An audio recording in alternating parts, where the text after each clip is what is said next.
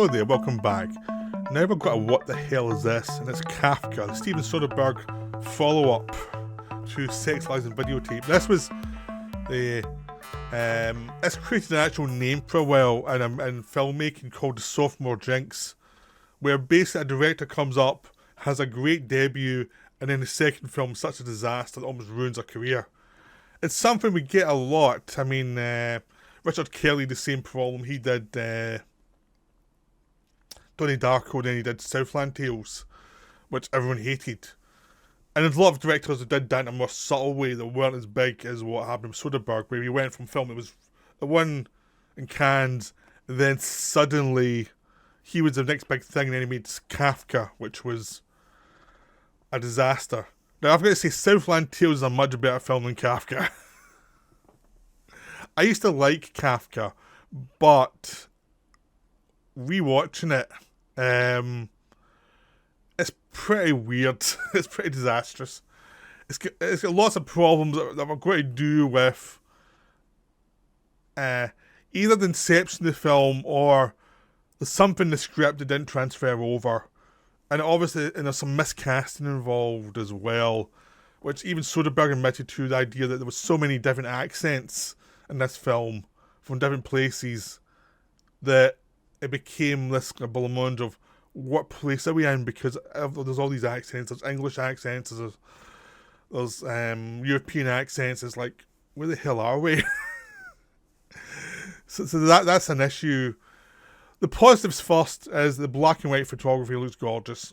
It looks really gorgeous. It does create a sense of place, and it does bring together the film in a way that nothing else really would, because you're bringing together lots of places and giving it an atmosphere to places and a suggestion of unease. But that's also its downfall, because it gives a sense of affectation where nothing's really earned. Everything looks gorgeous, but the story doesn't work. Now, the story is Kafka is a writer who also works in an office, a boring office, and he's underperforming, and everyone knows he's smart and he looks. He's writing these stories that no one understands. He's working by himself, and within the middle of this situation that's historically accurate, you throw in all these Kafka stories as if they happened to him. And it doesn't work. And it creates this juxtaposition where it's like, well, he was a writer, he imagined stuff, that's one metaphors for the society. It doesn't have to be literally happening to him. It makes his imagination seem secondary if that happens. It's not a Naked Lunch where you know you're in the head of the writer and he's imagining stuff. He's high on drugs, he's imagining stuff. These are all metaphors, things in his head. And the reality is, you know it's not reality. In this one, they really need to take that approach, the sense of his imagination was getting the better of him. And it would be much more ambiguous, and it can be much creepier. Instead, these are happening to him. And it's like, it's no longer scary then. I mean, it is fun to see a Kafka film where you have zombies in it. Like these experiments who look like zombies, act like zombies. That's fun. There's some fun things where Soderbergh doesn't ignore the fact he's making a horror film. He knows he's making a horror film, a mad scientist movie, and a expressionist movie. And he's enjoying himself doing that. You can tell he's having fun during the chase sequences and everything else. He gets into the melodramatic excess, but it's at the expense of the rest of the film. The film's at its best when Soderbergh gets a bit total hack. He seems happier there than he does during any of the serious scenes, because the fun scenes undermine the serious stuff, and the serious stuff's undermined the fact that they've miscast a lead. Now, there's a reason for this. Basically, they cast Jeremy Irons as Kafka, and in a different film, he could be good casting. He does have that writerly, paranoid feel to him. If you've seen Dead Ringers or Butterfly or any of the films that Irons made in the 80s and 90s, he's got that neurotic weakness that's brilliant. Like, if well used, it can be brilliant. He could be a really good Kafka in a different film. But unfortunately, the character's written as naive. And Jeremy Irons is a lot of things, but naive is not one of them. He can be weak. He can be self-deluding. He can do all that stuff in film brilliantly. But this character in this film doesn't know anything. So it doesn't work as a writer who's observing all this stuff and writing down these fantastical stories. So it doesn't work as that, because it's like, how can you write these stories and be this stupid? So the script needs to be either rewritten for Irons, or you cast someone young and suggest that their imagination is getting the better of them, and suggest that maybe this is the start of them becoming a writer and they're imagining this stuff and it's something more ambiguous of what's going on, like it's in their heads and they're imagining this thing's happening in real life, and there's some stuff happening in real life that's a bit dodgy, but they've taken it to extremes. That might have worked. And you can create the suggestion of, oh, this is happening, or maybe it's not, and they create a sense of maybe the insanity of a writer's mind and how does it work. That could work. Instead, here you get as this thing where you've got a character who doesn't fit the conception of Kafka in this film, who looks awkward, and there was a suggestion that him and Soderbergh did not get on that well in filming this film, and you can see why, because he's been miscast, and he looks uncomfortable while trying to be a professional performer. He's enjoyable watching the film, even though he's at scenes that make no sense. And I can guess it's a frustrating experience for him, because there's certain scenes in there it's like, there's no way someone his age would say that. And why doesn't the writer understand that? Why doesn't the director understand that and get with the writer and rewrite it? Because this was a very highly respected script by Lem Dobbs. It wasn't just a script that was like found and was touted because Soderbergh was a next big thing. It was a well-respected script already. So obviously there must have been something in the script that got people's attention. But something obviously went wrong, because in the reception and what you get, they don't feel organically linked. They don't feel that they've been planned out. It feels like they went into production before they worked out the film, and they haven't gone through the script again and fine-tuned things and said, okay, that won't work with him, we need to adjust this here. It just feels like it wasn't conceived by the director. Like, it seemed he was a fan of the script, but then he didn't think of how he was going to film it with these people clearly, and so there was massive gaps in the film where you should be getting vibes of certain things that are just not there, like, at all. A lot of things in filmmaking is the subtext of things going through the film. So you get something like Lost Highway, where it doesn't make sense literally, but you get the subtext of all these things happening that pull you through, and it keeps it interesting. And this one, it's like, that's not there, so it gets boring between the horror scenes, because there's lots of scenes that are very Kafka-esque, but they don't work, because Kafka in this situation doesn't work. And the supporting actors are lots of well-known faces. You get Alec Guinness in a small part, Teresa Russell. Again, she's too old for the part. She just feels too old for the part. She's probably the most fun performance in the film for me, but she feels too old for the part, really.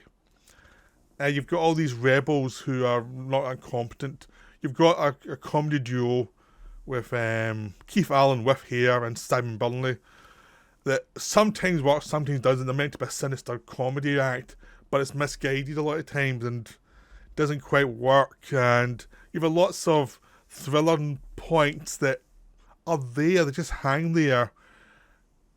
And again, if there was more ambiguity between if Kafka imagined it or was it real, some of these things might work, but instead they just become this thing. It's like, it's Kafka in a conspiracy. That's kind of stupid. And there's no stakes for anything. It just feels like this is just... the suspense beats are hanging there as well as the character beats. You're just hoping for a zombie to show up, really, at some point. And then you finally get to the end and we go to the castle. Obviously there's a castle, which Kafka easily blows up. and you've got Ian Holm as a mad scientist. You have Brian Glover as his giggling assistant. You get some fun deaths there. Again, it's like when Soderbergh gets to have fun with the gothic stuff. It's enjoyable. But Ian Holmes miscast as well. He's played this part before, and it does feel like he's like, okay, is there anything new you've got in mind for me? It doesn't feel like you're asking an actor to do something that's intriguing or interesting to them. It just feels like he's having to say lines. He's not engaged. The way if you look at Naked Lunch, he's got an interesting part there that's ambiguous and could be a villain, could be not. So he's got stuff to play with. In this one, he's the villain. There's no ambiguity, and he just is like, well, okay, I'll be villainous. It's that kind of part for an actor where it's like, there's just not much there. And that's the same with most actors in the film. It's like, they don't have that much to do, and it just feels like they're not being given direction or not being given ambiguity or things to chew on in this film, because I think a lot of them were miscast. It's a film that became an international thing because Soderbergh was the next big thing, and he got to hire actors he really wanted to work with. But he didn't hire actors who were right for the situation, and he didn't really work the plot out the way that he needed to work it out to make it work scene to scene. So you've got lots of actors. If they had a different script, they could have worked well in the film, but not this script. This script just... Again, I would love to read what the original script was, because it feels there's bits there that are interesting, but the way it's put together just doesn't feel right.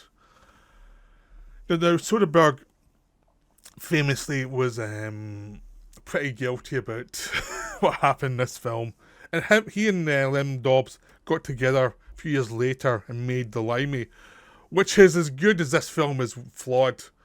The Limey is one of Soderbergh's best films. It's really good, it's really strong.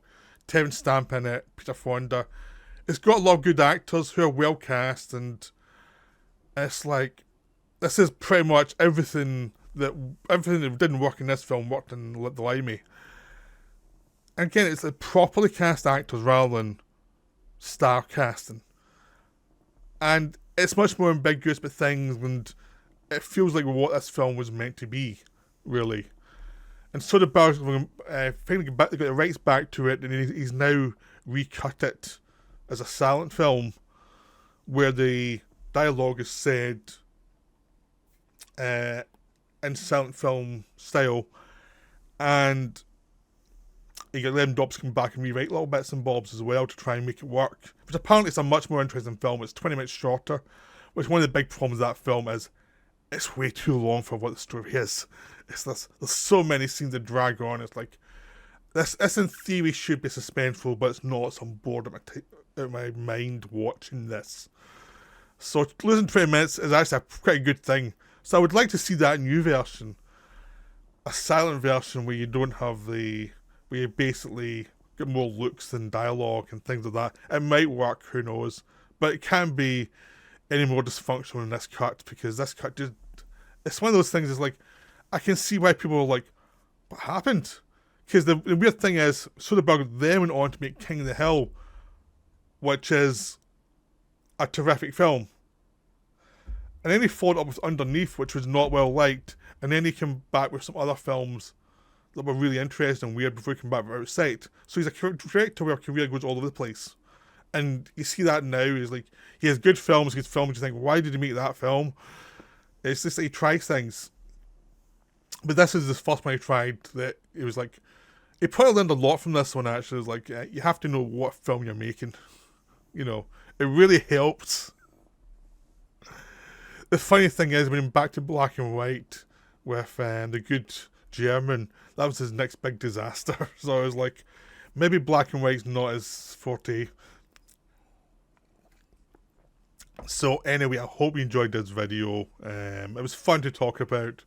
It's more fun to talk about than actually watch this film. It's just like, it's a very odd film. You can catch it on streaming. It's an SD, but you can catch it. But it's, yeah, I'm hoping the director's cut does come out so I can see this weird version he's got. Where it's not even called Mr. Kafka at this point, it's some other name. So they don't have the thing of Kafka either, which also may help. So I'll see you all later.